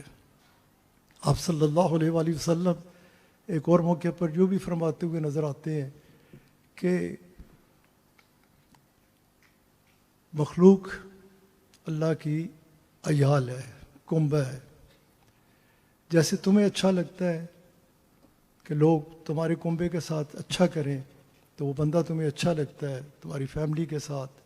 آپ علیہ الصلوۃ والسلام نے فرمایا کہ اسی طرح سے ہی اللہ کو بھی وہ اپنا بندہ پسند ہے کہ جو اس کی مخلوق سے پیار کرے، وہ اسے چاہتا ہے، وہ اسے محبت کرتا ہے، اس کی سنتا ہے۔ اور آپ صلی اللہ علیہ وآلہ وسلم نے یوں بھی فرمایا ہے کہ میرے سے محبت کرنے والا مومن شخص جو ہوگا، صاحب ایمان ہوگا، وہ اس کا وجود لوگوں کو نفع دینے والا ہوگا، کبھی نقصان دینے والا نہیں ہوگا۔ میں نے یہ چھوٹی دو چار باتیں اس لیے کی کہ ہمیں اس طرف غور کرنا چاہیے جس طرف میں جا رہا ہوں، اطمینان قلب کے لیے، سکون کے لیے۔ ایک شخص رسول اللہ صلی اللہ علیہ وآلہ وسلم کی خدمت میں حاضر ہوا اور عرض کرنے لگے کہ یا رسول اللہ صلی اللہ علیہ وآلہ وسلم، ہمارے علاقے میں ایک خاتون ہے، خالی رمضان میں نہیں پورا سال روزہ رکھتی ہے، خالی فرائض ہی نہیں، ہر وقت انہیں دیکھیں تو ان کے ہاتھ پہ تسبیح بھی ہوتی ہے، نوافل بھی پڑھتی ہیں، لیکن یا رسول اللہ صلی اللہ علیہ وآلہ وسلم، میرا باپ اور ماں پہ قربان، وہ ہے دل کی بڑی سخت ہیں اور زبان کی بڑی تلخ ہیں، جس کے بارے میں آپ علیہ الصلوۃ والسلام نے بڑے واضح طور پر فرمایا کہ تم یہ جو دو جبڑوں کے درمیان ہے اس کی مجھے ضمانت دے دو، میں تمہیں جنت کی ضمانت دے دوں گا۔ اس کی کیا ضمانت ہے؟ اس کی ایک ہی ضمانت ہے۔ آپ علیہ الصلوۃ والسلام نے فرمایا کہ تم کسی چیز کو بہت ہلکا سمجھتے ہو کہ کسی کے پاس سے گزرتے ہوئے سلام میں پہل کر لو، اس کی خیریت پوچھ لو، اس سے صرف اتنا کہہ دو کہ میں آپ کے لیے کچھ کر سکتا ہوں، تم نے ایک ایسے ہی روایتاً یہ بات کر دی، تمہارے نزدیک یہ بڑی ہلکی بات ہے، لیکن میرے رب کے نزدیک یہ بہت بڑی بات ہے، یہ پہاڑوں کی مانند اجر والی بات ہے۔ آپ صلی اللہ علیہ وآلہ وسلم آپ نے کہا میں نہیں، ویسے ہی تم کسی کے پاس سے گزرتے ہوئے اسے حقیر سمجھ کے، پیر صاحب ہے تو یہ مرید ہے اسے سلام کرنا چاہیے، مولوی صاحب ہے تو وہ کہ میں امام ہوں یہ مقتدی ہے، ایسے نہیں۔ حدیث مبارکہ میں موجود ہے کہ سب صحابہ کرام فرماتے ہیں کہ ہمیں خواہش ہی رہی کہ کبھی ایسا موقع ملے ہمیں کہ ہم سلام میں پہل کریں، ہماری یہ خواہش ہی رہی۔ رسول اللہ صلی اللہ علیہ وآلہ وسلم ہمیں بچوں کو بھی دیکھتے تو سلام میں آپ پہل فرماتے۔ میں تم اسے ہلکا سا سمجھتے ہو پہلے والے حصے پہ، اور دوسری چیز کے جو بات کر رہا تھا، آپ کسی کو حقیر سمجھتے ہوئے گزر جائیں، اپنے آپ تکبر کے شکار ہوں، یا کسی کا دل توڑتے ہوئے گزر جائے، کسی کو تکلیف دیتے ہوئے گزر جائے۔ آپ علیہ الصلوۃ والسلام آپ نے فرمایا کہ یہ بھی جیسے میں نے پہلے کہا کہ وہ نیکیوں کے پہاڑ کی طرح ہے، یہ گناہوں کے پہاڑ کی طرح ہے۔ اس چیز کا تمہارے نزدیک یہ ہلکی ہے، لیکن میرے رب کے نزدیک یہ بہت وزنی چیز ہوتی ہیں دونوں چیزیں۔ اب اس کا تعلق آ جاتا ہے کہ اگر آپ کا دل جو ہے نا، اگر وہ نرم ہے، ہم تو آپ علیہ الصلوۃ والسلام نے فرمایا نا کہ ایک چیز ہے جو ٹھیک ہے تو سب ٹھیک ہے، وہ ٹھیک نہیں تو ادھر کالا نشان بھی فائدے کے بعد نہیں، کہیں کچھ بھی وہ ایکسرسائز ہے وہ ٹھیک نہیں ہے۔ عرض کی گئی کہ یا رسول اللہ صلی اللہ علیہ وآلہ وسلم وہ کون سا لوتھڑا ہے؟ آپ علیہ الصلوۃ والسلام نے وہ تمہارا دل ہے، اگر یہ ٹھیک ہے تو سب کچھ ٹھیک ہے، اگر یہ ٹھیک نہیں ہے تو کچھ بھی ٹھیک نہیں ہے۔ اب اس لیے اس کو نرم کرنے کے لیے، اسے ٹھیک رکھنے کی طرف ہماری توجہ دینی چاہیے۔ اب ہم کسی کا دل تو دیکھ نہیں سکتے، کمزور سے لوگ ہیں، اب پتہ کیسے چلے گا کہ دل کس کا ٹھیک ہے؟ تو یہ اگر ٹھیک ہے تو یہ بھی ٹھیک ہے، یہ اگر ٹھیک ہے تو یہ بھی ٹھیک ہے، یہ اگر ٹھیک ہے تو یہ بھی ٹھیک ہے۔ اب ہمیں ہمارے جو اعمال ہوتے ہیں وہ اگر ہم ایسے کریں کہ جب ہم صحیح قبلہ صاحب بھی الحمدللہ 2 مہینے کے لگ بھگ بیرون الممالک کا دورہ کر کے ہے، ایک ہی میسج ہر جگہ جس پہ زور دیتے تھے کہ ہم اپنے دین کے ایمبیسڈر ہیں، ہمیں اپنے دین کو پھیلانا ہے۔ مجھے اپنا ایک میری یاد پہ اس نے بیعت بھی کی تھی، توبہ بھی کی تھی، جرمنی میں ہوتے تھے وہ پھر جب ہم آپس میں بیٹھتے ہیں تو ایک ہی ہوتی ہے چیز کہ شریعت کے مطابق زندگیوں کو گزارو، جھوٹ نہ بولو، کسی کو دکھ نہ دو، کسی کو تکلیف نہ دو۔ میری جو اپنی ریسرچ ہے، آئی ایم 71 ناؤ، میں نے اپنے دین کو جتنا سمجھا ہے اس پہ مجھے جو سب سے زیادہ چیز کہ اللہ کے قرب کے لیے جو بہترین ہے وہ یہ جو دل کے ساتھ جو ہے نا، سافٹ ہارٹ والے جو ہے نا، یقین مانے کبھی بھی قبر میں بھی اسے عذاب نہیں ہوگا۔ بڑا آسان سا کام ہے، آپ ادھر کسی کے ساتھ معاملہ اچھا رکھیں، قبر میں آپ کے لیے اچھا ہے۔ آپ کسی کی تکلیف دور کریں، کیسے ممکن ہے؟ وہ کسی اور کوئی نہیں ہے، وہ اللہ کی مخلوق ہے۔ رسول اللہ صلی اللہ علیہ وآلہ وسلم فرماتے ہوئے نظر آتے ہیں کہ پیاسے کتے کو گناہ گار ایسی اور خاتون تھی کہ پہاڑوں کی مانند تھے، اس پیاسے کتے کو اس نے پانی پلایا، اللہ اس سے راضی ہو گیا، اللہ نے اس کے گناہ معاف فرما دیے۔ آپ فرماتے ہیں ایک سقدر گناہ گار شخص تھا کہ پہاڑوں کی مانند اس کے گناہ تھے، اس نے راستے کو صاف کیا مخلوق کے لیے، اپنے بھائی کے لیے نہیں، کسی مومن مسلمان کے لیے نہیں، مخلوق کے لیے، جس کے بارے میں آپ نے فرمایا مخلوق اللہ کی عیال ہے، تم اس کے ساتھ بھلا کرو وہ تمہارے ساتھ بھلا کرے گا۔ آپ فرماتے ہیں اللہ نے اس کے گناہ اور روحانی دنیا جس کے بارے میں لوگ اس وقت عجیب و غریب باتیں کرتے ہیں، یہ جو اصل روح تو ہے، کوئی بھی اس سے انکار نہیں کر سکتا، اور اس طرف توجہ دینے کی ضرورت ہے۔ سیٹسفیکشن کی بات کرتے ہوئے میں نے یہ 2-4 باتیں کی۔ پہلی عورت جس کے بارے میں اس نے عرض کی کہ وہ ہر وقت بظاہر عبادات میں نظر آتی ہے، روزے رکھتی ہے، لیکن دل سخت ہے، لوگ ڈرتے ہیں کہ یہ ابھی ہماری عزت سے کھیل دے گی، ابھی پتہ نہیں کیا کہہ دے گی۔ آپ نے فرمایا یہ سیدھی جنت کے پہلے کو فرمایا، پہلے کہ دل یہ سب کچھ کرتی ہے لیکن دل سخت ہے، زبان تلخ ہے۔ آپ نے فرمایا یہ جنت کے راستے پہ نہیں ہے، یہ دوزخ کے راستے پہ ہے۔ اور دوسرے سوال پہ کہ ایک اور عورت ہے، وہ کام نفل وغیرہ تو پڑھتی ہوئی نہیں نظر آتی، وظائف کرتی نہیں نظر آتی، فرائض ادا کرتی ہے، لیکن دل بڑا نرم ہے۔ ہمارے گاؤں میں کوئی بیمار ہو اس کے گھر پانی بھر کے لے جاتی ہے، صفائی کر دیتی ہے، کھانا پکا دیتی ہے، جو اسے دیکھتا ہے اس کو دعائیں دیتی بھی جاتی ہے۔ آپ علیہ الصلوۃ والسلام وہ سیدھی جنت کے راستے پہ ہے۔ اس کو آپ کیونکہ دل سخت ہے اور زبان تلخ ہے، اس سے نکلنے کے لیے 1 منٹ کے لیے ہم اپنے رب کا ذکر کریں گے، طریقہ یہ اپنائیں اور اسے ان پریکٹس بھی لائیں۔ میرے پاس بہت سارے خواتین آتی ہے، بہت سارے مرد حضرات آتے ہیں جو فرسٹریشن کا، ڈپریشن کا شکار ہوتے ہیں۔ انہیں میں نے جس سے بات شروع کی تھی اسی بات پہ کہ ہمیں اگر اطمینان چاہیے، دل کا سکون چاہیے، تو اپنے رب کو یاد کرنا ہے اور اس کی خالص عبادت میں جس کے لیے ہماری پیدائش ہوئی ہے کہ وہ راضی ہو جائے، وہ راضی تو سب کچھ مل جاتا ہے۔ اس کی رضا کے لیے 1 منٹ اگر ہم آنکھیں بند کر لیں، اس طرف الٹی طرف سینے سے تھوڑی کو لگا لیں، یا آپ اکثر نماز کے بعد بھی پریکٹس کر سکتے ہیں، بہترین ہے کہ اکیلے میں کریں، لیکن اس وقت اجتماع ہے اور آپ علیہ الصلوۃ والسلام فرماتے ہیں کہ وہ محفل جدھر اللہ کا ذکر ہو ادھر فرشتے آ کے اس کو اپنے پروں کے تلے، رحمت کے پروں تلے ڈھانپ دیتے ہیں۔ 1 منٹ آنکھیں بند، دل کی طرف توجہ اور سانس کے ذریعے اللہ پورا جتنا ڈیپ سانس لے سکتے ہیں اندر وہ اللہ، اور باہر آئے تو ہو۔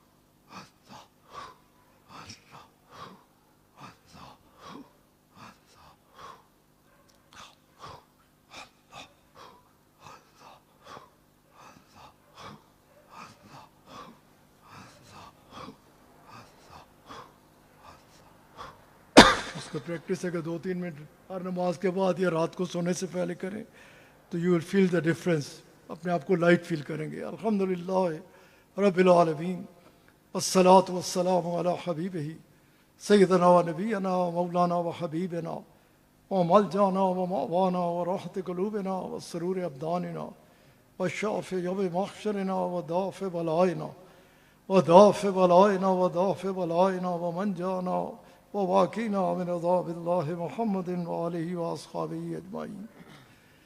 كلهم من أمة رسول الله صلى الله عليه وآله وسلم على المؤمنين والمؤمنات والمسلمين والمسلمات الأحياء منهم والأموات. يا إلهي بحرمة هذه المفتحات اجعلنا مفتوحا للعنايات والكرامات ووفقنا بالطاعات والعبادات.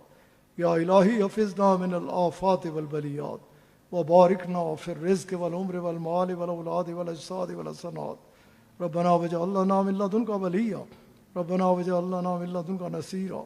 نسألك العفو والعافية والمعافاة الدائمة في الدين والدنيا والآخرة والفوز بالجنة والنجاة من النار.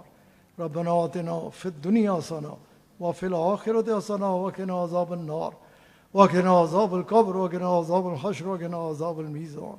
ربنا آتك رقابنا ورقاب آبائنا وأمهاتنا من النيران.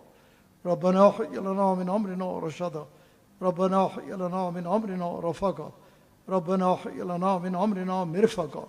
آتنا منية أنت وليي في الدنيا والآخرة أنت حميمي في الدنيا والآخرة أنت رفيقي في الدنيا والآخرة.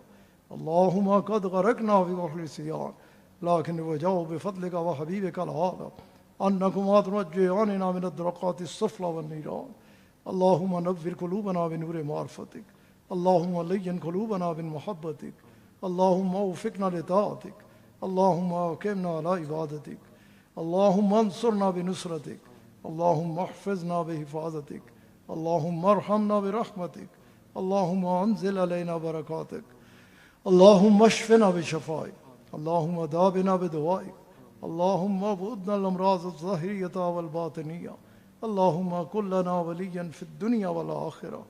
آتنا منياتنا وخدمك رحمة إنك أنت المجيب الدعوات. اللهم أحسن عاقبتنا في الأمور كلها وأجرنا من خزي الدنيا وعذاب الآخرة. اللهم ارزقنا الجنة بغير حساب. اللهم يسر سبيل على بيت حبيبك العالى وعلى بيتك الحرام حرمت نبی علیہ الصلاۃ والسلام.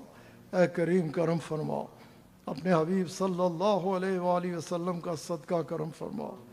عمر صاحب اور رضوانہ نے تیری اور تیرے حبیب علیہ الصلاۃ والسلام کی محبت میں ڈوب کر تیرے حبیب علیہ الصلاۃ والسلام کا جو تو نے احسان فرمایا خود فرمایا کہ میں نے تمہارے اوپر احسان کیا، اس احسان کا شکر بجا لانے کی خاطر تیرے حبیب علیہ الصلاۃ والسلام کی اس محفل میلاد پاک کو سجایا. اے کریم محفل پاک کے سجانے والوں کے مقدر کو سجا ڈال. خاص طور پہ ان دونوں کو اپنے کرم اور اپنے فضل کے ساتھ نواز. دین اور دنیا کی تمام کامیابیوں سے امکنار فرما. آنے والوں کو بھی اپنے حبیب علیہ الصلاۃ والسلام کے صدقے ان کے بھی مقدر سجا ڈال. اس محفل پاک کے سجانے والوں کو اور آنے والوں دونوں کو بے پناہ کرم کے ساتھ نواز. اے کریم ہمارے اعمال کی طرف نہ دیکھ، اپنی رحمت کی طرف دیکھ. اپنے فضل سے اپنے کرم سے ہمارے سیاہ دلوں کو روشن، ہمارے تمام صغیرہ و کبیرہ گناہ معاف فرما. ہمارے سیاہ دلوں کو روشن فرما، ہمارے سخت دلوں کو نرم فرما. ہمارے دلوں کے ٹیڑھے پن کو دور کر دے، ہمارے دلوں کے زنگ کو اتار دے، ہمارے دلوں کو بغض و عناد سے پاک کر دے. ہمیں منافقت اور ریاکاری سے بچا، قول و فعل کے تضاد سے بچا. اپنی اور اپنے پیارے حبیب علیہ الصلاۃ والسلام کی سچی پکی اور پختہ محبت عطا فرما. قرب قیامت کے فتنوں سے بچا. ایمان کی سلامتی والی ایمان والی زندگی عطا فرما. ایمان والی موت اور مدینہ پاک کی موت عطا فرما. اے کریم کرم بے اولادوں کو صالح اولاد عطا فرما. جن کی اولاد ہے اولاد کو فرما بردار بنا، اولاد کو صراط مستقیم پہ قائم رکھ. جن والدین کو اولاد کے مناسب رشتے نہیں ملتے، مناسب رشتے عطا فرما. بیماروں کو شفا عطا فرما. ہم سب کو جسمانی روحانی ظاہری باطنی شفا عطا فرما. بیماروں کو شفا عطا فرما. بے روزگاروں کو روزگار عطا فرما. کاروباروں میں برکت عطا فرما. کوئی کسی پریشانی میں ہے اس کی پریشانی دور فرما. کوئی بھی کسی مشکل میں ہے اس کی مشکل آسان فرما. اے کریم اپنی کل مخلوق کی خیر فرما، سب کا تعلق مدینہ پاک سے جوڑ دے، سب کو مدینہ پاک کی حاضری نصیب فرما۔ اے کریم اپنی رحمتوں کے تمام دروازے ہم سب کے اوپر کھولتے ہوئے قبلہ صاحب کی چہار جانب سے حفاظت فرما، انہیں حاسدین کے حسد، شریروں کے شر، منافقین کی منافقت، ساحروں کے سحر اور ہر قسم کی بری نظر سے محفوظ رکھ۔ صوبان صاحب کی حفاظت فرما، عیدگاہ کی حفاظت فرما، عیدگاہ کی جسمانی اولاد کی حفاظت فرما، عیدگاہ کی روحانی اولاد کی حفاظت فرما۔ اے کریم جتنے حاضر ہیں سب کی حفاظت فرما، سب کو اپنے حبیب علیہ سب کی عزتوں میں اپنے حبیب علیہ الصلوۃ والسلام کے صدقے اضافہ فرما، گھروں کا سکون عطا فرما، دلوں کا اطمینان عطا فرما، فراخی رزق عطا فرما، ہر پریشانی سے بچا اور ہر خیر سے کا حصہ بھی بنا اور ہر خیر سے نواز، شیطان اور شیطان کے شر سے بچاؤ، جنات کے شر سے بچاؤ، حضرت انسان کے شر سے بچاؤ، ہمارے اپنے نفس کے شر سے ہم کو سب کو بچاؤ۔ اے کریم ہمارے پیارے وطن پاکستان کی حفاظت فرما، اے کریم مدینہ پاک کا صدقہ پاکستان کو اقوام عالم میں ایک عزت والا مقام عطا فرما۔ اے کریم عالم اسلام کی حفاظت فرما، عالم اسلام کو باہم اتفاق و محبت عطا فرما۔ اے کریم کرم فرما، احسان فرما، فلسطین کے مظلوم مسلمانوں کی غیبانہ مدد فرما۔ اے کریم ہم سب کو ان کا درد عطا فرما۔ اے کریم جو کچھ عالم اسلام میں ہو رہا ہے یہ ہماری اپنی کوتاہی ہیں، اے کریم کرم فرما، احسان فرما اور اپنے حبیب علیہ الصلوۃ والسلام کے صدقے ہم سب کو صحیح معنوں میں مسلمان بنا دے۔ اللہم اعز الاسلام والمسلمین، اللہم انت حافظنا، انت ناصرنا، انت ہادینا، انت راشدنا، انت دلیلنا، انت ولینا، فرحم علینا ولا تعذبنا بذنوبنا ولا تبتلینا بذنوبنا ولا تسلط علینا الظالمین بذنوبنا وکفر عنا سیئاتنا وہب لنا من لدنک رحمہ انک انت الوہاب، انت الوہاب، انت الوہاب، بحرمت نبی سید الابرار وصلی اللہ تعالی علی خیر خلقہ ونور عرشہ محمد وآلہ واصحابہ اجمعین برحمتک یا ارحم الراحمین۔ یا رب یا کریم یا رسول صلی اللہ علیہ وآلہ وسلم یا کریم۔ صرف ایک منٹ لوں گا، میں بات کرتا بھول گیا کہ وہ جرمنی میں رہتا تھا، میرے ہاتھ پہ بیعت بھی کی تھی، سارے وعدے بھی کیے تھے کہ جھوٹ نہیں بولوں گا، بڑے فخر سے اپنے پیر خانے کی بات بھی کرتا تھا۔ اس کا کوئی روم میٹ تھا، اس کے ساتھ وہ ہر وقت کہتا رہتا جنرل صاحب کہ آ اسلام میں داخل ہو جا، مسلمان ہو جا، مسلمان ہو جا۔ وہ ایک دن تنگ آ گیا، کرسچن تھا، کہنے لگا تیرے ریلیجن نے تجھے کیا دیا ہے؟ تو ہر وقت مجھے کہتا ہے جھوٹ میں بولتا ہوں، جھوٹ تو بولتا ہے، شراب میں پیتا ہوں، شراب تو پیتا ہے، بدکاری کی طرف میں جاتا ہوں، بدکاری تو کرتا ہے، فراڈ میں کرتا ہوں، جھوٹ، ہر قسم کے ایپ جو میرے میں ہے وہ تیرے میں ہے۔ اگر تیرے پاس کوئی ایسی چیز ہے کہ جو ڈیفرنٹ ہو تو پھر مجھے بتا کہ تو اسلام بن جاتا، تو بہترین ایک انسان بن جائے گا یا تجھے سکون مل جائے گا۔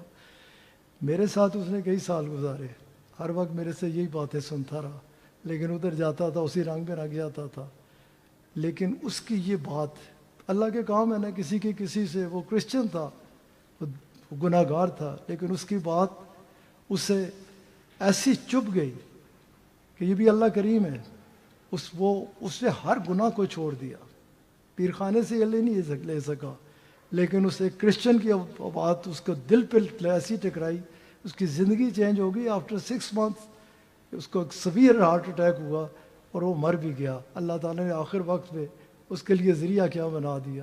تو ہمیں پریکٹسنگ مسلم ہونا چاہیے۔ یہ ہماری بات کر دینی تو آسان ہے، لیکن ہے بہت سخت بات کہ کوئی ہمیں کہے کہ تجھے تیرے دین نے، دین تو دین ہی ہے نا، وہ تو ماشاءاللہ ہمیں ایسا رنگتا ہے، سب سے زیادہ جو ہمارا دین دیتا ہے ہمیں بہترین انسان بناتا ہے۔